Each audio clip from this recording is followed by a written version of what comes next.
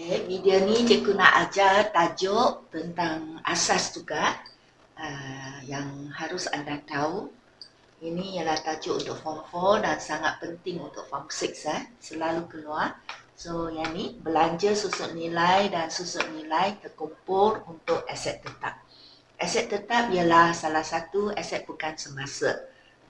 Yang dia boleh guna lama, diguna untuk membantu kita berniaga seperti kenderaan, perabot, bangunan, kelengkapan. Semua ini dipanggil aset tetap. So, aset tetap yang diguna dalam perniagaan mempunyai usia guna yang terhad. Seperti kenderaan kan, lepas 5 tahun, 6 tahun, biasanya sudah tak begitu bagus.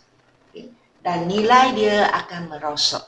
Especially kalau kereta hari ini you beli, esok kalau you nak jual, nilai dia pun sudah turun. Walaupun sehari sahaja. Dan macam sama juga dengan aset yang lain lah. Okay, bila kita guna, dia akan merosot nilai dia semasa aset itu diguna. Begitu juga dengan mesin-mesin lah. Semakin lama nilai dia, bila kalau kita nak jual pun nilai dia akan jatuh.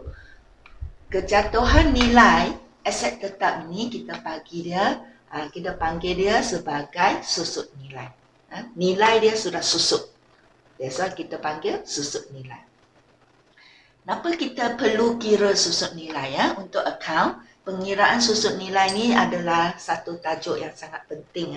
Kalau untuk Form 6, dia ada satu tajuk khas untuk belajar kaedah susut nilai. Jadi soalan pun selalu suka tanya tentang kenapa perlu kita buat susut nilai. Tujuan pengiraan susut nilai. Juga satu soalan teori yang popular untuk Form 6. Jadi kejatuhan nilai, yang inilah point nombor 1. Kejatuhan nilai aset tetap ini actually merupakan satu kerugian perniagaan. Kan, at first you beli 80,000. Bila you sudah guna sebulan, dia sudah jatuh menjadi 75,000. So actually anda sudah hilang sebanyak 5,000. Jadi dia adalah satu kerugian perniagaan. Walaupun kita tak jual, kita masih pakai kenderaan itu, kereta itu. Tetapi actually kalau kita nak jual, nilai dia memang jatuh. So walaupun bukannya kerugian yang betul-betul, tetapi dia masih adalah satu kerugian. Okay, jadi kerugian ini perlu direkod sebagai belanja. Walaupun kita masih guna kereta itu, kerugian ni macam tak nampak, but actually betul. Bila kita tengok kereta ni, mungkin ada dekat sana kemek sikit, kereta dia, cat dia pun sudah tak baru, tak sinar-sinar seperti dulu. So actually, kita sudah rugi. Cuma you tak tahu. Sehingga you jual dapat, baru you confirm rugi. Tapi sekarang actually nilai dia sudah jatuh. Kita patut rekod juga. Merupakan satu kerugian yang you tak nampak, tetapi dia actually ialah satu kerugian. So perlu direkod sebagai belanja. Okay? Dan dipadankan dengan hasil pada akhir tempoh perakaunan untuk mendapat untung bersih yang tepat. Kan pada akhir tempoh perakaunan kita akan sediakan penyata pendapatan kan untuk mengira untung bersih. Jadi kejatuhan nilai aset ini adalah satu belanja akan rekod di dalam penyata pendapatan sebagai belanja. Dan kita akan tolak dengan hasil jualan. Kan kita hasil jualan akan tolak kos jualan dan tolaklah belanja-belanja lain baru dapat untung bersih kan. So memang dia adalah satu belanja kan hantar ke penyata pendapatan pada akhir tempoh.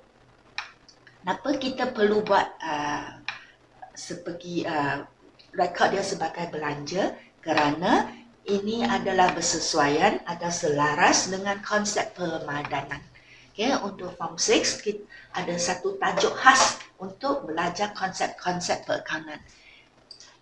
Okay, konsep permadanan adalah satu konsep yang sangat penting, selalu ditanya dalam exam. So mengikut konsep permadanan, semua belanja yang terlibat dalam tempoh itu. Semua belanja yang terlibat artinya semua belanja yang berlaku lah. Okay? Perlu dipadankan dengan hasil. Dipadankan dengan hasil arti dia di sini tolak dengan hasil lah, bandingkan dengan hasil. Kalau hasil lebih tinggi dari belanja, dapatlah untung. Kalau belanja lebih tinggi daripada hasil, rugi. So, we will list out all the belanja and list out all the hasil record dalam penyata pendapatan. Bandingkan pada tempoh yang sama. Mesti belanja itu and hasil itu mesti pada tempoh yang sama. That means belanja pada tahun ini dipadankan dengan hasil tahun ini. Okay, untuk mengira keuntungan perniagaan. So, kalau tiap-tiap tahun nilai aset tetap akan jatuh kan. So, kalau dia jatuh, so every year kita kena record kejatuhan nilai aset kita ni sebagai belanja. Every year kita kena rekod. Takkan tahun ni tak jatuh, next year tak jatuh pula nilai. Tak ada ya, macam kereta memang semakin lama, tiap-tiap tahun dia akan jatuh nilai. You baru beli 80,000. Next year, harga dia mungkin hanya 70,000. Another year, mungkin hanya 65,000. Memang nilai dia akan turun setiap tahun. So, setiap tahun kita akan rekod dia sebagai belanja. Ya, yang kejatuhan nilai itu. Okay. Dan poin yang kedua, kenapa kita perlu rekod? Perlu mengira susut nilai. Peruntukan susut nilai. Peruntukan susut nilai erti dia, kita memperuntukkan susut nilai itu. Kita akan buka satu akaun dipanggil peruntukan susut nilai ataupun susut nilai terkumpul. Apa yang kita rekod sebagai susut nilai ni, kita akan kumpulkan. Kita akan kumpulkan, arti dia kita akan campur setiap tahun. Okay? Peruntukan susut nilai perlu dibuat supaya sejumlah wang perniagaan dapat dikumpulkan. So, bila kita rekod, kita akan buat dua akaun. Satu ialah belanja, satu ialah susut nilai terkumpul ataupun dipanggil peruntukan susut nilai. In that account, nilai yang kita rekod sebagai kejatuhan nilai ni will record in this account, peruntukan susut nilai. Dan akaun itu, dalam akaun ni kita akan kumpulkan nilai kejatuhan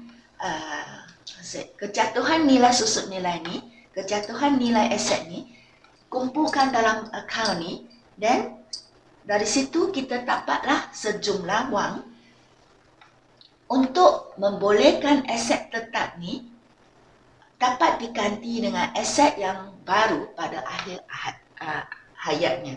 So, we kumpulkan, bila kita kira susut nilai, kita akan buka satu akaun dipanggil susut nilai terkumpul, and that account berkumpulkan all the money yang kita sudah rekod sebagai belanja tu. Then that money nanti akan diguna untuk membeli aset yang baru. Kerana aset itu nanti dia akan semakin usangkan after 10 years. So means that you sudah kumpul the money for 10 years. Okay, so you can use the money to buy a new asset. So mungkin konsep ni susah you nak faham. Nanti bila cikgu buka susut nilai terkumpul atau peruntukan susut nilai, cikgu akan explain point ni.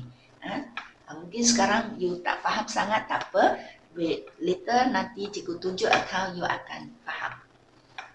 Dan kita tengok point yang ketiga. Peruntukan susut nilai atau susut nilai terkumpul ni perlu dibuat supaya aset tetap dapat ditunjukkan mengikut nilai buku di penyata kedudukan kewangan. So, kalau kita tak buat susut nilai ni, belanja susut nilai dan peruntukan susut nilai ini, nanti bila kita rekod aset ni dalam penyata kedudukan kewangan, kita akan hanya dapat rekod pada harga kos, pada harga asal yang kita beli. Jadi salahlah, because aset ni kan akan nilai dia jatuh setiap tahun kan. So, bila kita beli 80,000, every year you record as 80,000. Jadi, ini sudah tidak menunjukkan nilai aset yang sebenar. So kita perlu adakan akaun belanja susun nilai dan susun nilai terkumpul supaya susun nilai terkumpul ni dapat ditolak dengan kos. So from here kita dapat tunjukkan nilai buku. So again, this point mungkin anda tak faham sangat, tak apa. Nanti bila cikgu tunjuk akaun, anda akan lebih faham. Okay, ya. So yang ni kaedah dia. Yang ini hanya untuk form 4, form 5. Jadi because video ni tujuannya cikgu nak ajar asas, bukan yang ajar form 6. Kalau form 6, kaedah susun nilai ada lagi lebih kurang 6. So this one 3 saja, yang ni untuk form 4, form 5 lah, yang ringkas. So apa yang cikgu ajar dekat sini ialah asas saja. So cikgu hanya ajar 3 kaedah susun nilai. Macam mana kita nak rekod kejatuhan nilai aset itu dalam buku, dalam ledger. So ada 3 kaedah. Kaedah penilaian semula, kaedah garis lurus, dan kaedah baki berkurangan. This one for asas saja. So kita tengok kaedah yang pertama dulu. Kaedah penilaian semula ialah satu kaedah di mana aset tetap disusut nilaikan. Bila kita kira susut nilai untuk aset ni adalah mengikut nilai semasanya. Okay. Macam mana? Cikgu terangkan lagi ya. Aset tetap akan dinilaikan semula pada akhir setiap tempoh perakaunan. Arti dia pada masa beli mungkin harga dia ialah 3,000. So you beli pada bulan Januari. So pada akhir tempoh perakaunan, let's say pada bulan Disember, you akan nilai semula the asset. So you see, at first I bought at 3,000. So now December, I use it for 1 year. Jadi berapakah harga sekarang? So you estimate lah. Belanja susut nilai ni cuma anggaran saja. Dia bukan belanja yang sebenar. Dia anggaran saja. Okay, so dulu I beli 3,000 awal tahun. Sekarang sudah guna 1 tahun. Ada rasa sudah tak begitu baik. Nilai dia sudah susut. Mungkin sekarang worth about 2,500. So, from 3,000, nilai sudah jatuh menjadi 2,500. Jadi, dia kejatuhan nilai 500 tu akan dianggap sebagai belanja susut nilai lah. Okay. Kita bandingkan harga awal tahun dengan anggaran nilai pada akhir tahun. Okay. So, yang ni, aset tetap dinilai semula pada akhir setiap tempoh perakaunan. Every year you nilai. Okay. Dan belanja susut nilai dikira dengan membandingkan nilai aset pada awal tahun. Let's say your tempoh perakaunan ialah January to December. So, dibanding harga anda pada awal tahun dengan nilai aset yang you rasa sebenar pada akhir tahun. Yang sebenar di sini actually pun anggaran saja. Okay. Anggaran, tetapi memang dia akan lebih kurang sama dengan nilai pasaran, okay, yang sebenar. Okay, cikgu bagi contoh ya. Contoh aset tetap. Katakan ini ialah peralatan. Kaedah penilaian semula adalah sesuai untuk aset yang bukan sangat mahal. Okay, kalau aset yang sangat mahal, kita tak boleh guna kaedah penilaian semula. So this one usually for aset yang macam peralatan, perkakas yang harga dia murah. Okay. So, ini ialah peralatan. Okay. So, peralatan ni macam alat dapur, okay, like oven, ketuhar, all that the cheap things lah yang tak mahal. Jadi, yang itu boleh kita terus nilai semula dengan anggaran kita. So, ini dah contoh dia. Katakan ini ialah account asset. Asset di sini ialah peralatan. So, ini account peralatan. Katakan ini ialah tahun 2019. Katakan pada Januari 1 kita beli peralatan. So peralatan kan aset. So I will record in debit side. I beli. So account bank, kredit lah. Let's say I beli dengan cek. Wang keluarkan dekat bank. So account bank kredit, account asset I debit. Because asset kan mesti debit. So Januari 1 I tulis butil bank 3,000. Dan pada akhir tahun 2019 saya akan nilai semula aset saya di peralatan agar dia berapa. Let's say kalau I agarkan dia sebagai 2,800. At first I bought from 3,000. Now I think dia sudah susut nilai hanya worth for 2,008. Jadi erti dia 3,000 tolak 2,800. Now susut nilai ialah 200. So macam mana nak rekod? Inilah aset saya. Kalau harga dia sudah turun, tolak. Jadi we have to record in opposite side. So I pun record di opposite side. Okay, I will record nilai aset yang I anggarkan now is worth about 2,008. So nilai ini akan diguna untuk next year. Takkan alat ni you tak guna lagi next year kan? So I will write it this nilai as baki handa ke bawah and bring the nilai 2008 to next year. So means that next year January 2020, okay, next year 2020 January I still got the peralatan as an asset, but now the nilai hanya 2,800. Okay, so then you tengok tak balance. Okay, 2,800, but at first 3,000. So erti dia perbezaan 200 ini I have to record di dalam satu account dipanggil belanja susut nilai peralatan. So I credit account peralatan, I tulis dekat sana belanja susun nilai peralatan 200. Okay, 200 ialah apa? So the butil akan terangkan 200 ini ialah belanja susun nilai peralatan. So catatan bergu, kan kita kena rekod mengikut sistem catatan bergu. So I credit this account peralatan, I debit account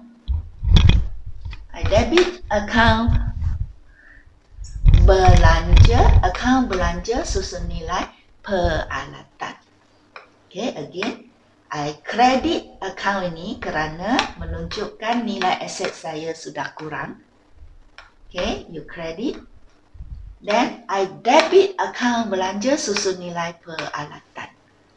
I debit kerana dia adalah account belanja. Mengikut hukum account belanja kena debit. So I debit. Okay, I tulis peralatan. Susut nilai peralatan. So I tulis peralatan kerana catatan bergu. Okay, dalam account peralatan you tulis belanja susun nilai peralatan. Dalam account belanja susun nilai peralatan you tulis peralatan. Just opposite. So 200. So ini adalah belanja walaupun dia bukan belanja yang sebenar. Actually you tak keluar wang pun. Tetapi cikgu kata kejatuhan nilai aset ni actually adalah kerugian perniagaan. Jadi kita kena rekod sebagai belanja. So pada akhir tahun kita akan hantarkanlah belanja ni ke akaun untung rugi. So I will tutup this account belanja, this account susun nilai peralatan. When I say tutup, at first is debit kan. When you tutup, you kena sebelah opposite lah. So I tutup, I write there untung rugi. Means that I now hantar the account untung rugi untuk mengira untung bersih perniagaan. So I credit belanja susun nilai peralatan. I write there, I hantar ke akaun untung rugi 200. Jadi akaun belanja ni jadi kosong lah. So dalam akaun untung rugi nanti akan rekod di sebelah debit lah. Yang ni. Okay, tengok tak? Okay, from here I go to here. Okay. Ini.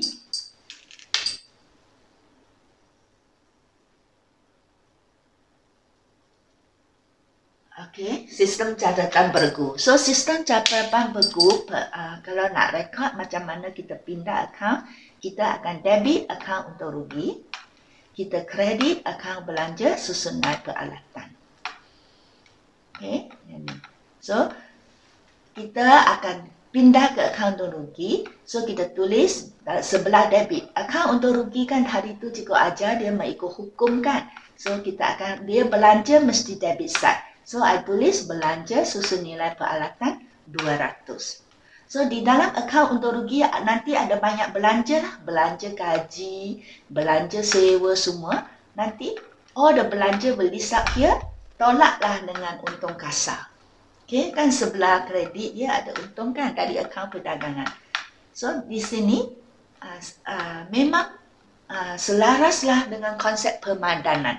Pada akhir tempoh perakaunan, belanja semua akan padankan dengan hasil. Di sini nanti ada hasil commission, hasil faedah. So, from here, kalau hasil lebih tinggi dari belanja, untunglah syarikat. So, okay, dipindah ke sini kerana dia adalah belanja. Okay, then macam mana pula nak rekod aset ni dalam penyata kedudukan kewangan? So, penyata kedudukan kewangan, cikgu kata ialah bukan account. Dia cuma satu penyata, a statement to show berapakah aset yang ada oleh perniagaan saya, berapakah liability perniagaan saya. It's just a statement. Satu senarai menunjukkan aset saya. So, aset ni adalah dipanggil sebagai sebahagian daripada aset bukan semasa. So, I pun tulislah, let's say I only got this asset. So, peralatan. Okay, so then you pun you tulis nilai. Ini ya nilai buku. Nilai buku erti dia nilai yang sebenar aset itu. Okay, so last time I bought 3,000, tapi sekarang saya sudah angka dia sudah jatuh 200. So, actually nilai sekarang is 2,800. So, akan rekod pada nilai buku dalam penyata kedudukan kewangan. So, ini memang sesuai lah. Okay, selaras dengan tujuan kita kira susut nilai. Okay, di mana cikgu kata, ini, kita kira susun nilai ni kerana kita nak tunjukkan aset tetap ni mengikut nilai buku. Mengikut nilai aset yang sebenar tu. Okay. Dan macam mana kita nak rekod dalam jurnal? Dalam exam, actually kalau soalan tentang aset, dia tak banyak minta kita buat account.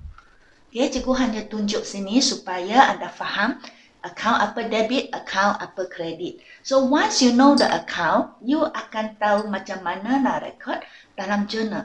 Dalam form 6, semuanya banyak, 90% akan minta you buat journal. A lot of journal. Tak banyak account. Okay, so you kena tahu account, barulah you boleh tahu journal. So sekarang cikgu tunjuk cara merekod susut nilai di journal. Catatan journal, journal am. Yang semua ini akan rekod dalam jurnal am lah. Okay, so ni kalau dalam buku, dalam account, actually dia ada banyak jurnal. Ada jurnal belian, jurnal jualan, all that. Tetapi kalau untuk lain-lain, semua adalah di jurnal am. Okay, kalau jurnal belian merekod belian, jurnal jualan merekod jualan. So jurnal am untuk perkara yang am lah. So, kita rekod di jurnal am. Cara rekod adalah sama seperti kita buat account. Tadi kan cikgu kata kita debit account belanja susut nilai kan? Tengok, account belanja susut nilai, I record in debit side kan? So, samalah.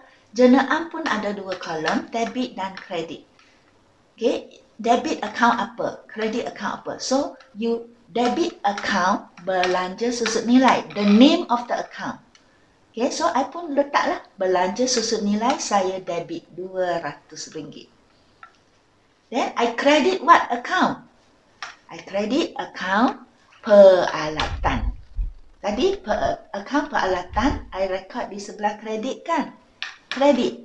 Peralatan I credit. So I pun tulislah nama account dia peralatan 200.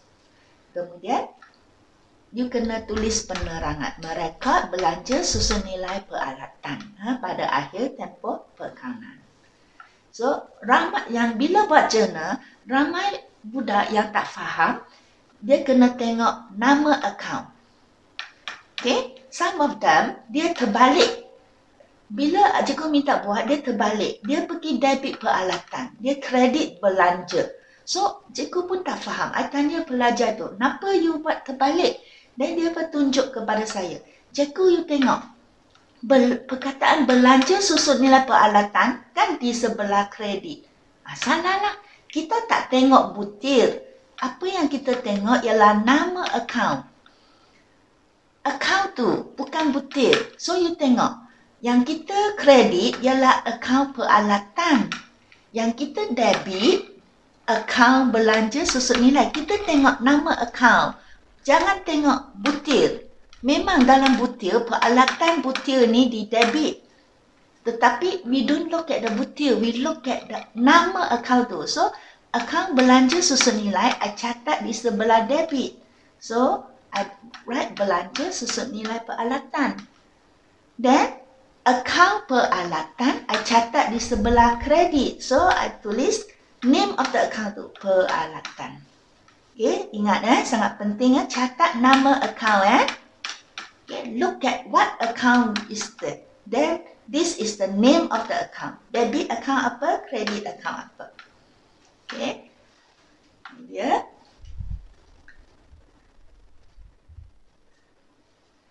Then, kaedah garis lurus. Ya, ini satu kaedah yang sangat popular diguna. So, kaedah garis lurus ini memberi nilai belanja susun nilai yang sama setiap tahun. Jadi, dia senang. If you sudah kira 300, 300 lah tiap-tiap tahun. You sudah kira 3,000, 3,000 lah tiap-tiap tahun. Dia tak sama dengan kaedah penilaian semula tadi tu. Yang itu you kena anggap tiap-tiap tahun berapa dia jatuh nilai. Mungkin this year 200. Next year, nampak lagi usang alat tu. So, maybe 500 pula susun nilai dia. So, every year can be different for kaedah penilaian semula. Tetapi untuk kaedah garis lurus, nilai belanja susun nilai dia adalah sama setiap tahun. Okay? Jadi, dia kaedah garis lurus ini sesuai untuk aset yang memberi manfaat ekonomi yang sama. So, dalam exam STPM selalu dia suka tanya teori. Kenapakah kaedah garis lurus dipilih untuk aset ni? Sebab apa? So, salah satu sebab kerana dia adalah aset memberi manfaat ekonomi yang sama. So, erti dia, contoh dia di sini seperti bangunan ataupun premise. Premise mean bangunan lah. Some of the books they didn't use bangunan, they like to use the word premise. Okay? So, contoh dia bangunan. Let's say you got a bangunan and you sewakan. Sewa anda biasanya kalau untuk syarikat, mereka sign contract. Sign contract for 2 years at least. So, once you sign the contract, you tak boleh naikkan harga sewa. Your sewa tak boleh. So, let's say you sewakan tiap-tiap tahun, tiap-tiap bulan 5,000. So, 5,000 lah every month you will get for 2 years. Jadi, artinya, aset yang you memberi manfaat demi hasil ekonomi yang sama. Every year, every month you get 5,000, 5,000, 5,000 for 2 years. Then, after 2 years, baru you renew your contract. Then, renew to every year, every bulan 10,000. So, 10,000, 10,000, 10,000 for another 2 years. Jadi, dia memberi manfaat atau hasil ekonomi yang sama. So, kalau keadaan aset macam ni, kita boleh gunalah kaedah garis lurus. Okay? Dia sesuai lah. Kalau dia memberi hasil ekonomi yang sama, jadi belanja susun nilai dia pun akan sama lah. Kita anggap dia, bangunan itu akan jatuh nilai pada nilai yang sama. Okay? Bangunan dia akan usangkan. Macam you beli satu rumah. Rumah baru memang cantik. Lepas 10 tahun you guna, mesti dia nampak sudah lama kan. Tak cantik lah. Cat pun sudah jatuh. Runtuh all the cat. Toilet all that. Toilet bowl semua pun sudah rosak. Basin rosak. Jadi dia bangunan akan jatuh nilai.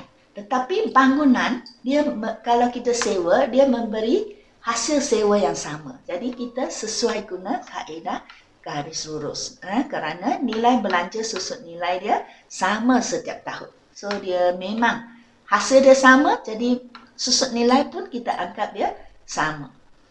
So macam mana nak kira?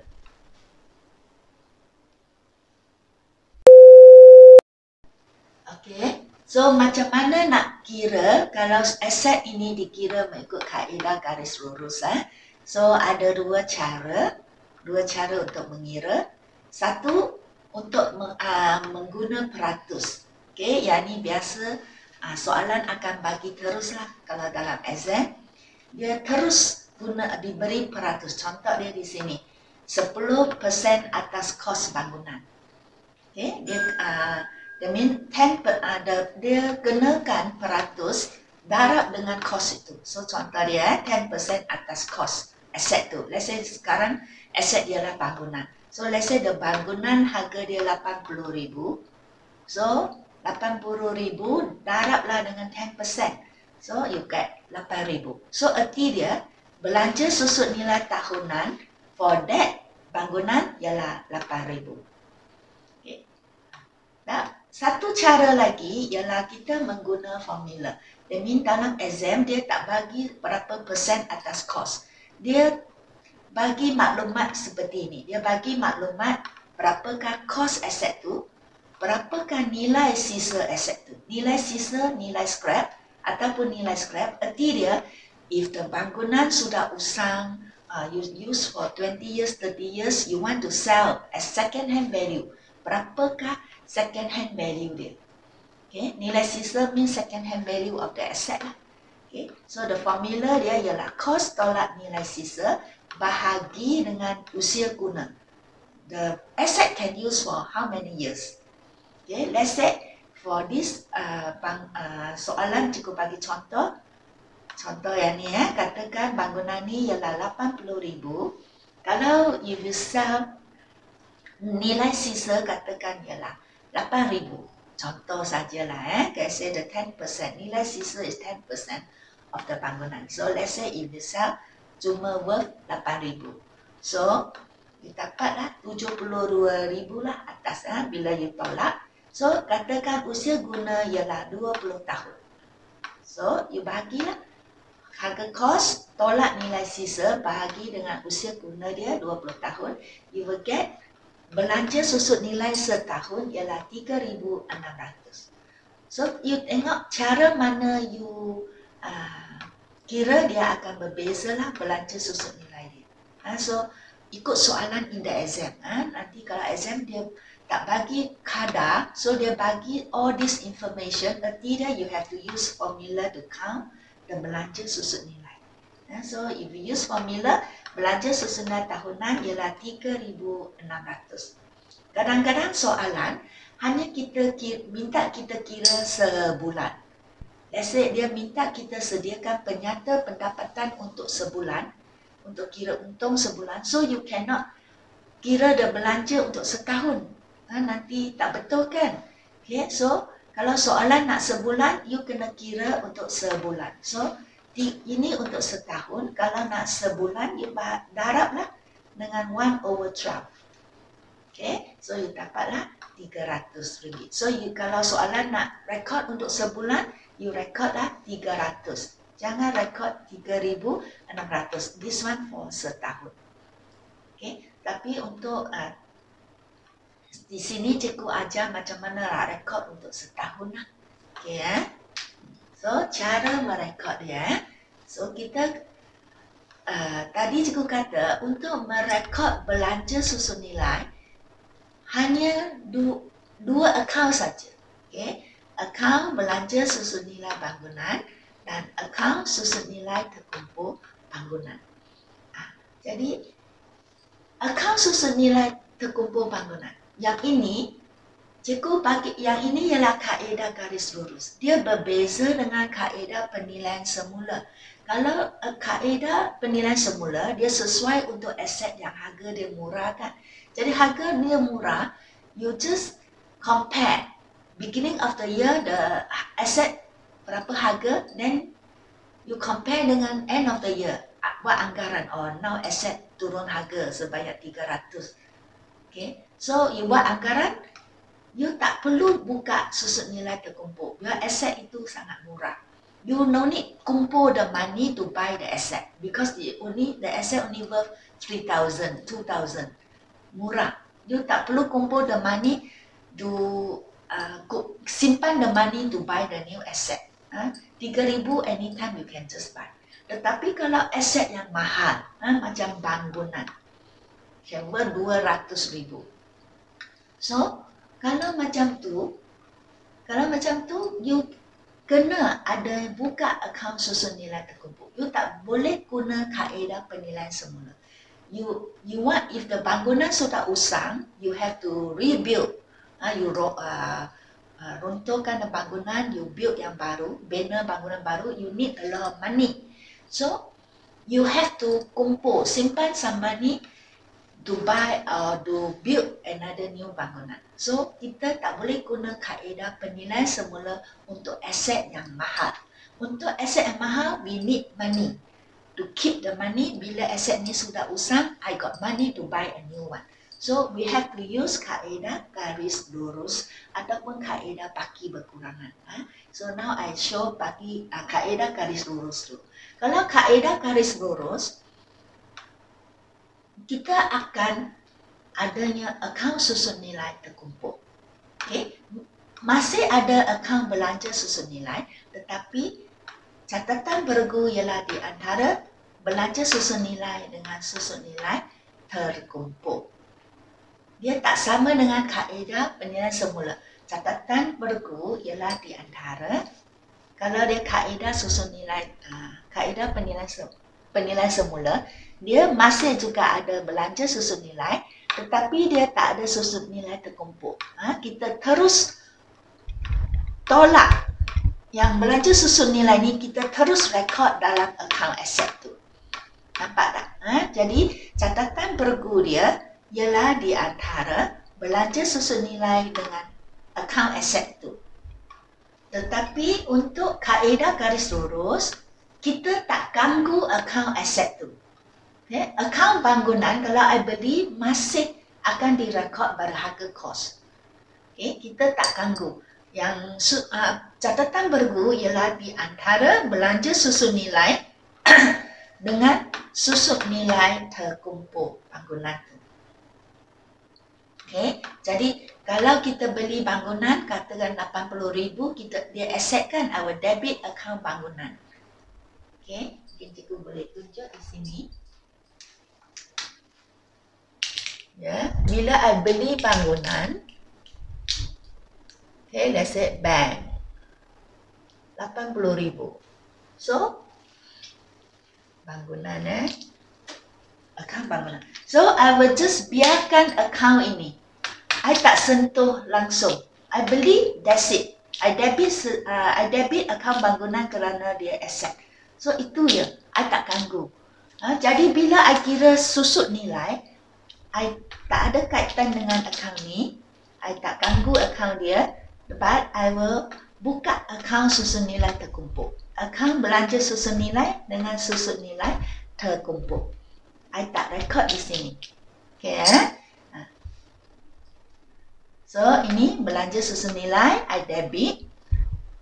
Tadi I sudah kira kan, let's say I use formula 3,600. So, now I record. So, catatan bergu, mesti dia belanja kan. So, mesti buka akaun belanja susun nilai bangunan. Kalau dia, you kira untuk perabot. So, belanja susun nilai perabot. Okay, mesti ada nama di belakang. So, dia belanja kan. So, I pun record di sebelah debit dia. Okay, akaun belanja mesti debit. So, I pun tulis tarikh. Then, catatan bergu dia ialah di antara akaun belanja susun nilai dengan akaun susun nilai terkumpul. So, I debit, I write down the name of the account I credit. Okay, I debit akaun belanja susun nilai, I tulis susun nilai terkumpul bangunan 3,600. So, I debit because this is belanja. Lepas tu, I credit akaun susun nilai terkumpul bangunan. Okay, Tulis tarikh butir dia. This amount is for what? Is for belanja susun nilai bangunan. So catatan bergu ialah I debit account belanja susun nilai bangunan. I credit account susun nilai terkumpul bangunan. Then I write there. Yang ni. So account susun nilai bangunan, susun nilai terkumpul ni actually merupakan satu account yang kita simpan wang itu. Okay, cikgu kata, belanja susun nilai ni actually kita tak keluar wang pun. Right now, kita tak keluar langsung wang itu. Actually, it's just satu kerugian on paper. We record on paper sahaja. Kita hanya betul-betul rugi kalau I jualkan the bangunan. Macam kenderaan. I estimate, bila I beli 80,000, I estimate now harga dia 70,000. You sudah rugi tu 10,000. Tetapi not really that your money keluar 10,000 kan. You just estimate, anggaran saja. Okay, so when you estimate belanja untuk account, actually once you estimate, you akan hantar ke account untuk rugi kan pada akhir tahun. Okay, you hantar ke account untuk rugi. So you credit this account. Tadi you debit kan, you nak jadikan dia kosong, you hantar ke account tutup. So you hantar, you credit this account, you debit account untuk rugi. So you write there, belanja susun nilai bangunan 3600. Then, ini kan bahagian kredit ada untung kasar kan. So, means that, okay, let's say, untung kasar dia, katakan ialah 50,000. Okay. Jadi, bila you sudah record, you hantar belanja susun nilai ni di account untuk rugi, so nanti your untung kasar ni akan tolak this amount. You will get untung bersih. Betul? Untung bersih. So nanti untung bersih anda menjadi kurang lah. Bukan lagi 50,000. Dia akan 50,000 tolak 50,000 tolak 3,600. You will get your untung bersih. See or not? Bila you record as belanja, your untung akan kurang. Okay, but actually the money 3,600 ni tak hilang. Right now, because you tak jual pun your kenderaan, you tak jual pun your bangunan. It just belanja secara anggaran. So actually the money is still there. Okay, then pergi mana the money? So the money actually simpan di dalam account susun nilai terkumpul ni. Okay, you simpan here. That's why kita record di sebelah kredit. Dia actually is sebahagian daripada hasil kita, right? Kita tolak this one, the 3,600, you tolak keluar from the 50,000. Right now? From 50,000 now menjadi 40,000 lebih. Sudah kurang. The untung sudah kurang. The 3,600 daripada untung anda sudah tak ada. So, kemana pergi 3,600 from? You see ya nak? Your untung sudah menjadi 40 lebih. That means from untung 50,000 sudah jadi 40 lebih. 3,600 ini actually is sebahagian of your untung. You simpan di sini. Okay? You record in credit side kerana this money actually is the money you simpan, is sebahagian hasil anda. Okay, sebahagian daripada untung anda yang you simpan. So, credit side mean hasil anda. So, yang hasil ini akan dihantar for next year. So, you pun tutup account ni. Okay, you record in opposite side, then you bring to next year. So, next year, January 1, you sudah simpan 3,600. Dan keadaan yang sama, you keep do for next year. Next year pun, every year kan belanja susun nilai yang sama kan. So, next year, you pun buat yang sama lah. End of next year, 2020, sama juga, you kira lah susun nilai bangunan. Kalau dia kaedah garis lurus, it will be the same. 3600, 3600 every year. So, end of next year, you pun kira juga belanja susun nilai bangunan 3600. So, you akan record dekat sini lah. Cikgu lupa record. So, katakan actually ini sudah tutup, you buka account yang baru. So, this one will be 2020, December 1, again. Okay, every year you do the same. Bangunan sama 3600. So again, December 2020, you hantar juga ke akaun untung rugi. Okay. So catatan bergu, bila kita rekod susun nilai, debit susun nilai bangunan, belanja susun nilai bangunan, kredit susun nilai terkumpul. So always the same process, same account every end of the year when you kira susun nilai. So last year you sudah kumpul 3,600.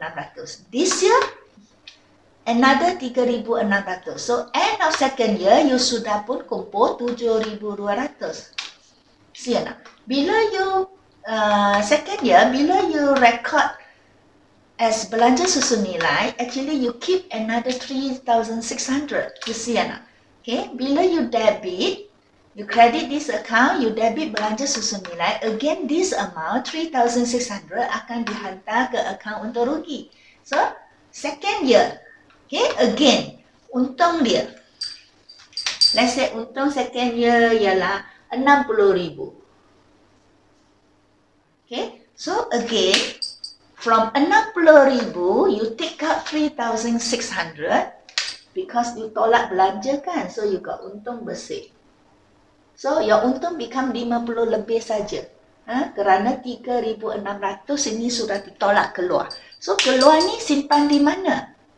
Simpan di akaun yang ni. Okay, so actually you record as belanja, not really the money goes out. It's just that you keep the money. You keep inside this account. So now, end of second year, you sudah pun simpan sebanyak 7,200. So the process goes on until tiap-tiap tahun lah you record macam sama. You akan debit belanja susun nilai bangunan, kredit susun nilai terkumpul bangunan, and let's say end of third year, 3,600. So another 3,600. So total up will be 10,000 lebih lah.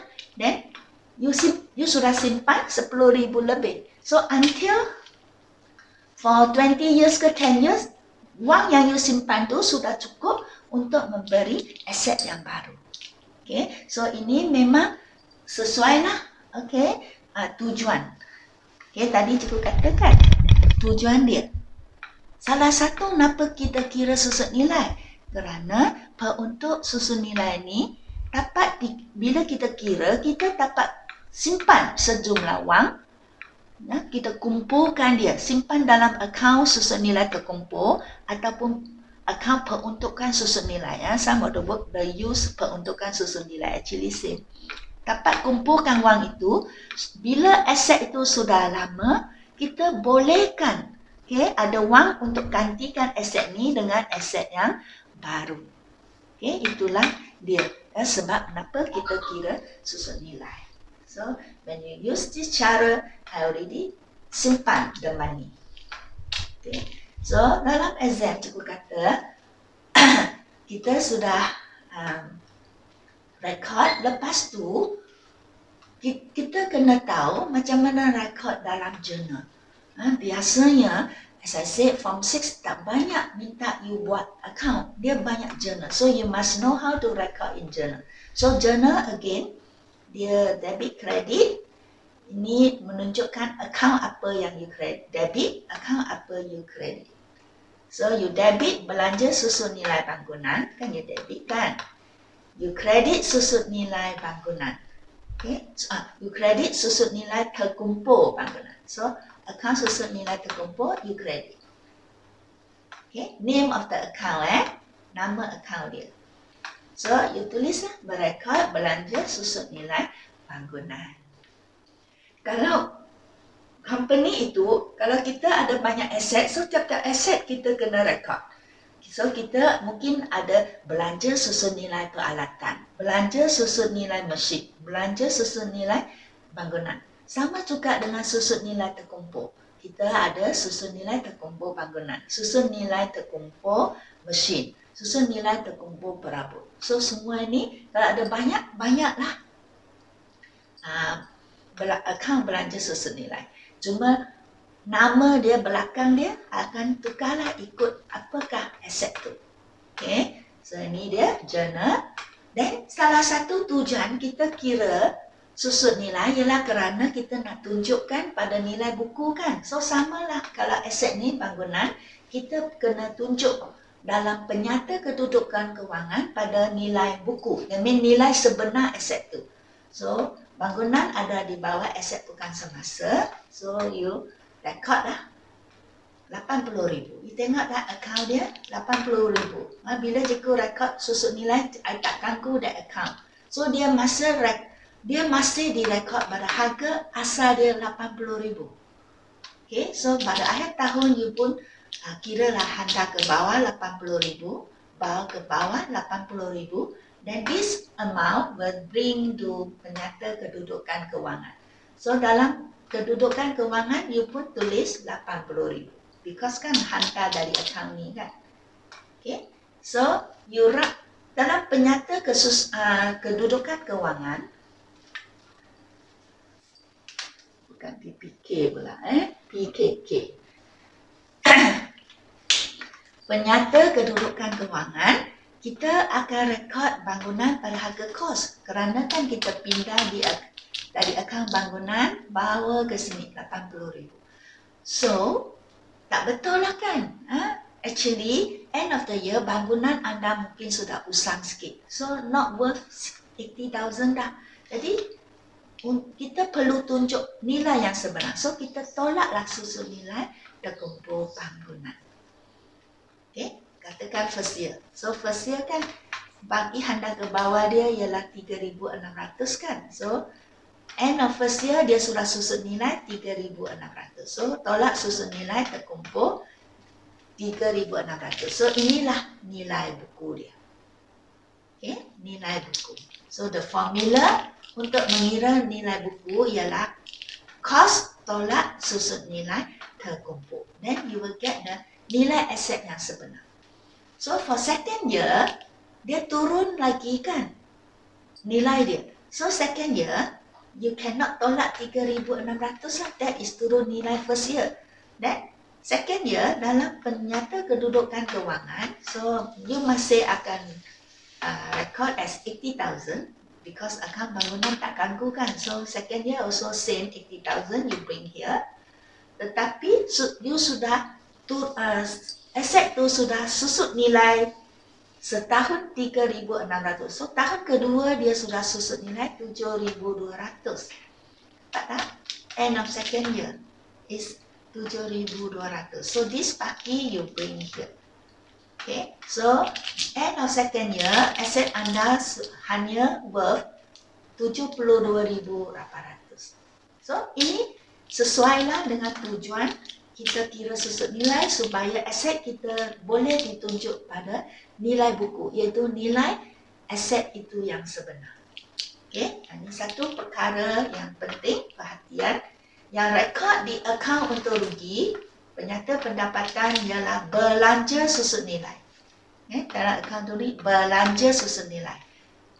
Okay, yang rekod di penyata kedudukan kewangan tolak dengan kos ialah susut nilai terkumpul, bukannya belanja. So ramai pelajar sudah terbalik.